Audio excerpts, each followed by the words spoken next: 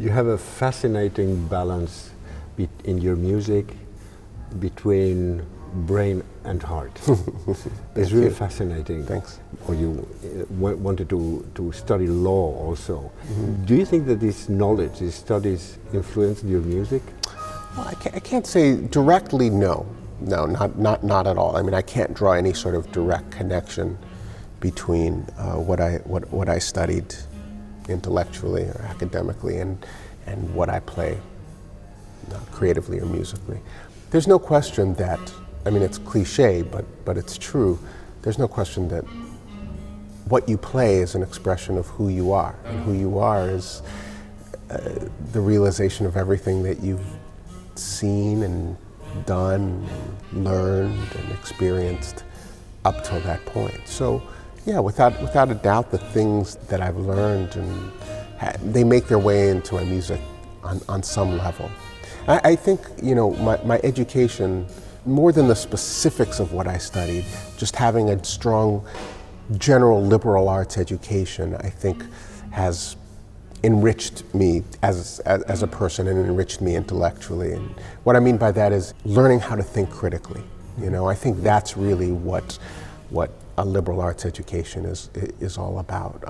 Learning how to look at a situation, at something in the world, and to learning how to ask questions about it. It's not just about finding the answers, it's learning how to ask the right questions. That's what critical thinking is all about. And I think that, yeah, what I studied in college, more than anything, kind of taught me about that, how to look critically at a situation. You can hear that in your compositions, and one can hear that also on the sound of your saxophone, which has an incredible variety of sounds. How do you inflect all this knowledge into the instrument? I don't know. I mean, I certainly don't think about it. You know, the more I'm thinking about when I'm playing, the more I'm thinking about the process. Like if I'm thinking about what I'm doing or what I'm trying to do, the more it takes me away from the moment. So I think in the moment, you know, things have to happen instinctually. There's no time to think about how, you know, I want to express a certain emotion through a certain inflection on the instrument or through a certain technique. It has to happen. It has to split infinitesimal second, you know, that you have to make that decision and you have to react and then act.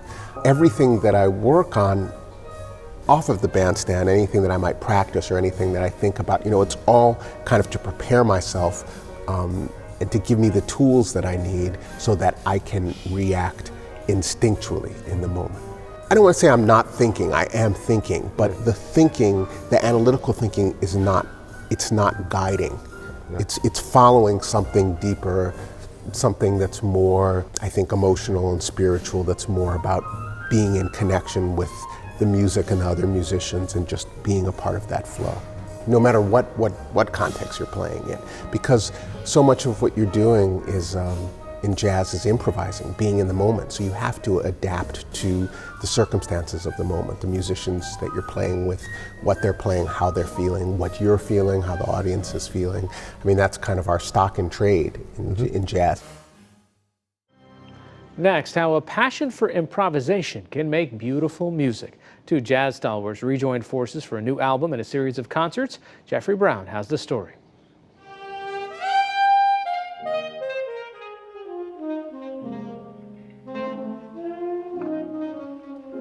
The song, Hoagy Carmichael's 1938 ballad, The Nearness of You, performed as a kind of conversation between two master musicians who happen to be peers and friends.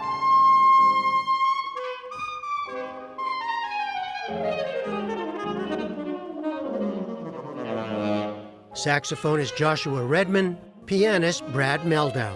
If you're going to play a ballad with someone and you want it to be anything deeper than this just sort of surface, you're going to have to be vulnerable for the other person. And that's what the audience wants to see too. Jazz is all about vulnerability. So you got to put it out there. Yeah. I think so, yeah. Because we're improvising, you know, and we're not coming to the bandstand with a preconceived notion of what we're going to play. We have to be open and available and vulnerable to really make that connection with ourselves and with the other musician. Redman, 47, and Meldau, 46, have been filling concert halls and jazz clubs on their own as band leaders and together for more than 20 years.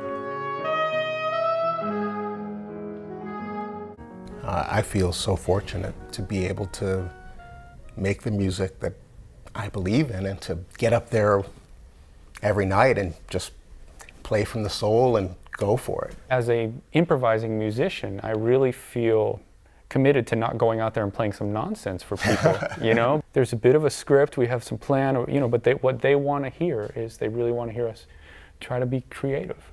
Both men came to music early. Redman in California was raised by his dancer mother and is the son of well-known saxophonist Dewey Redman.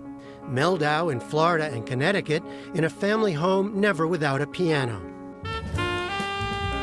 They arrived separately in New York in the early 1990s, where each found his own early success. We spoke recently at the Steinway Piano Showroom in Manhattan just before a concert. Even when I'm ostensibly accompanying him and he's ostensibly taking a solo, we're still having this conversation. So it may mean, for instance, that he plays a melodic idea and then I respond to it sort of in real time, and I might even give him something back that then he responds to again. And I'm always looking for something. And he's kind of waiting for it. He's like, come on, what do you got? What do you got? Yeah. Well, because I don't have anything. I mean, I always feel like, as an improviser, I mean, I feel a little hamstrung by this instrument and its role in jazz because it's basically a soloistic instrument. You know, I play melodies, maybe some accompanying harmonies if there's another horn player, and then I'll take a solo.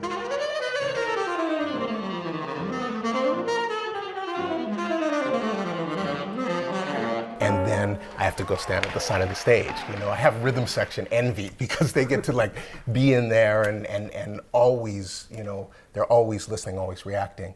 But I feel like my best ideas often don't come from me. They come from the other musicians that I'm playing with, and especially when I'm playing with someone like Brad. I asked for a demonstration, and the two launched into some blues.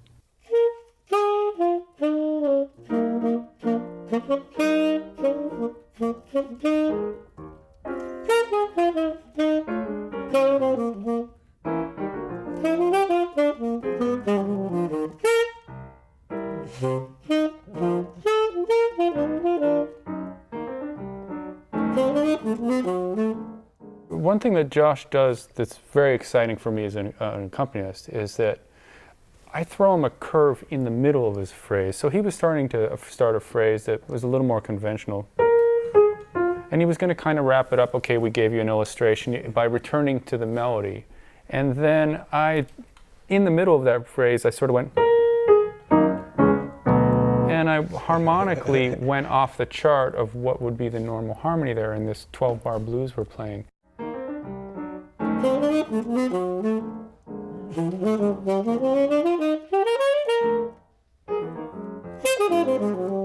In real time, somehow, he heard me doing that and adjusted his phrase in the middle of the phrase. Is that an intellectual process that he just described, where he switches and you have to react quickly, or That's it an just excellent happens? question. Whatever it is, if I feel like it's an intellectual process, then I'm not successful. It's not going to work. It's an emotional, it's an intuitive process. I mean, of course it's happening in the brain, right? But if I'm thinking about responding in that way, then I'm overthinking it, and I probably won't do it well.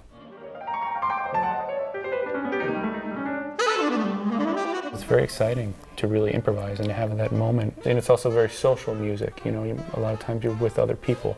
And to have that white heat kind of communication between another musician, it's really exciting. It's a great time to be a jazz musician.